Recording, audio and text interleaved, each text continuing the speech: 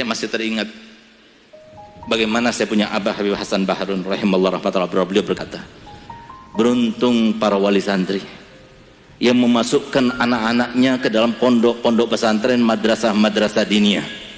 Kenapa? Dia sudah memulai tahapan menggembirakan Nabi Muhammad. Kalau sudah berhasil anaknya menjadi seorang ustadz, seorang da'i, apa yang dilakukannya?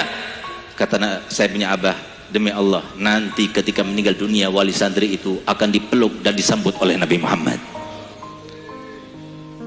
Satu lagi saya punya ayah berkata begini, Segaf, kalau seumpama ada satu orang datang dengan dunia dan seisinya untuk menggantikan posisi saya sebagai seorang ustadz, sebagai seorang da'i, sebagai seorang mudirul ma'had, demi Allah saya tidak akan jual. Kenapa? Karena Nabi Muhammad seorang Nabi yang pernah bersabda dalam hadisnya, ana khairu mukafi, aku ini adalah manusia paling pandai membalas jasa. Fa in ahsana adukum ila ahadin falam yukafi'u fa ana ukafi'u yaumil qiyamah. Seandainya ada di antara kalian yang berbuat baik kepada orang lain, lalu dia tidak mendapatkan balasan daripada orang tersebut, jangan khawatir, aku yang membalasnya untuk kalian. Apalagi Abi lakukan ini semuanya untuk Nabi Muhammad, memberikan petunjuk kepada umatnya Nabi Muhammad. Sehingga ada seorang arif billah di akhir zaman ini, beliau berkata, beruntung kepada kita, sebagaimana tadi saya katakan oleh Allah Hadda, bahwasanya setiap orang punya modal, paling tidak dengan niatnya. Oleh karenanya yang menjadi pengusaha, carilah uang untuk Rasulullah.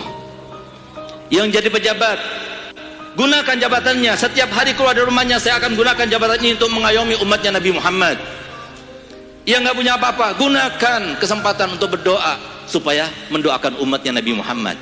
Dengan cara seperti itu, setiap hari Kamis semua apa yang kita lakukan disodorkan kepada Muhammad, sehingga Nabi Muhammad akan membalasnya secepat mungkin.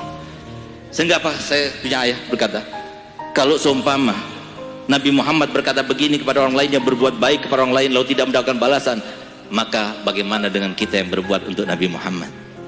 Paling sedikit yang didapatkan oleh para ulama, para asatidzah, para donatur-donatur yang menanggung, yang membantu para pesantren-pesantren dan majelis taklim, madrasah-madrasah diniyah, paling sedikit ketika mereka meninggal dunia, Rasulullah hadir bersama mereka.